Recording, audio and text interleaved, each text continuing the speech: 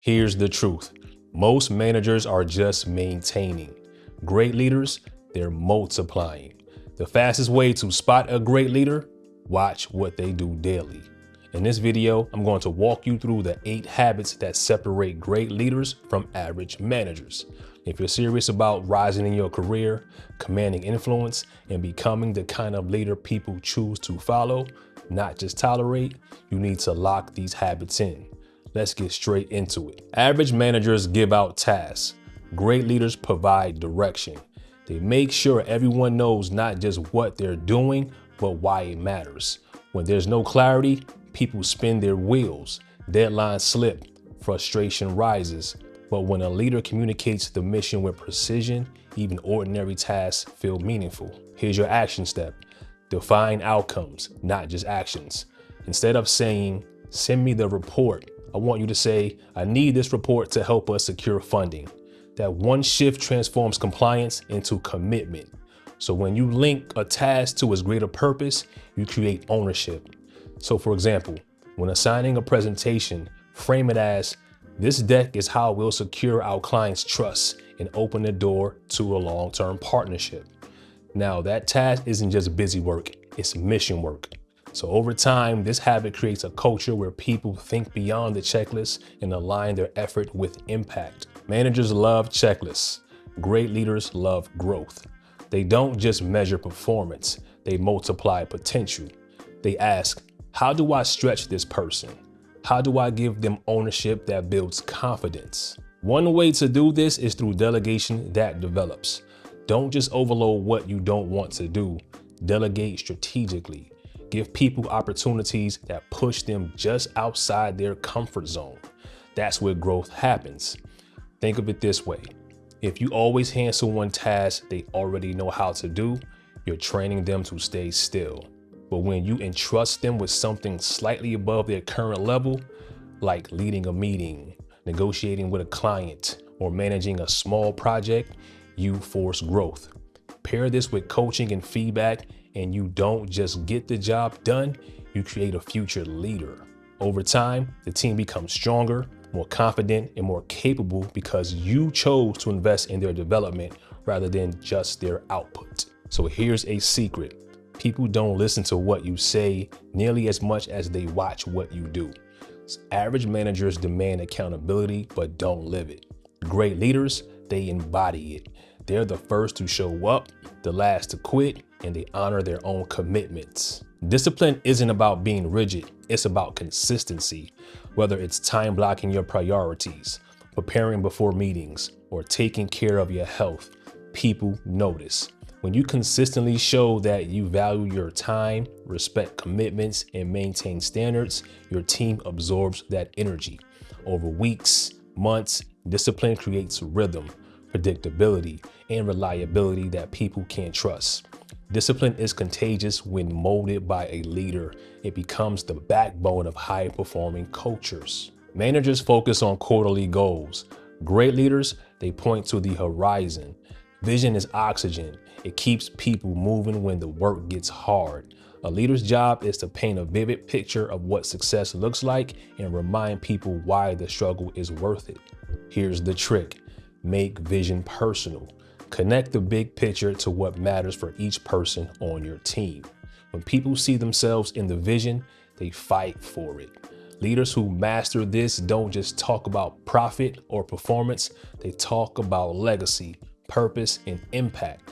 They connect goals to values, showing someone not just how their role supports the mission, but how it reflects who they aspire to become. So for example, telling a young analyst, "Your insights will shape decisions that keep the entire community safe," elevates their sense of purpose. That's how vision stops being abstract and starts becoming a personal rallying cry. So communication is the battlefield where leaders win or lose influence. Average managers overload inboxes and drown people in meetings. Great leaders, they speak less but with impact. Their words cut through the noise. Presence matters just as much. When you enter a room, your posture, tone, and energy tell the story before you say a word. People instantly sense whether you are confident, distracted, or disengaged. Great leaders master body language, maintain eye contact, and use tone to project calm authority. Speak with clarity, listen with intensity, and show people they matter. That's leadership communication. Words align with presence, creating an atmosphere where people feel respected and inspired to follow. Here's where average managers freeze. They wait, they avoid, they hope problems go away. Great leaders, they make the call, not recklessly, but decisively. Even when the choice is unpopular, even when the data isn't perfect, people would rather follow a leader who makes a tough decision with conviction than one who hesitates endlessly. Indecision kills momentum. Remember this: slow is smooth, smooth is fast. Take time to analyze, but then act.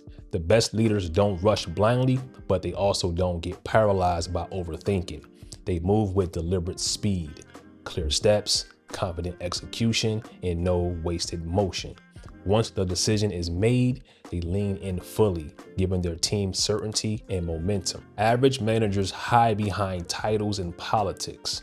Great leaders understand that trust is the ultimate currency.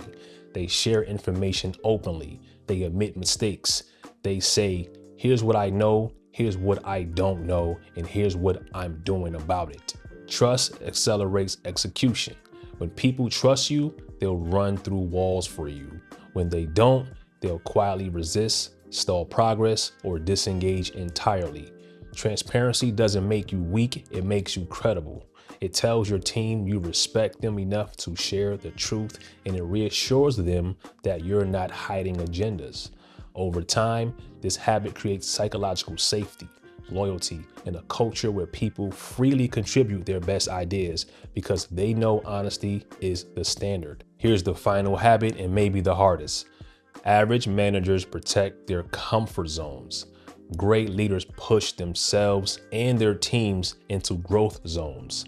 They send feedback even when it stings. They read, they train, they invest in coaching. They know leadership is never finished. Comfort is the enemy of greatness. If you're not growing, you're decaying. Leaders keep raising the bar, first for themselves, then for everyone they lead. They actively seek out challenges that stretch their skills and mindset. They understand that growth doesn't happen in the safety zone, it happens in the stretch zone. By modeling this, they show their teams that setbacks aren't failures, but fuel for progress. This creates a culture where continuous improvement is celebrated and mediocrity has no safe place to hide. Now you know the 8 habits that separate great leaders from average managers. The real question is, which one are you going to practice today? Because leadership isn't built in grand gestures, it's forged in daily habits. If this resonated with you, don't just watch, apply. Start one habit, master it, then move to the next. That's how careers are transformed. And if you're ready to rise above average, subscribe, share this video with a colleague who needs it, and let's build a community of leaders who refuse to settle.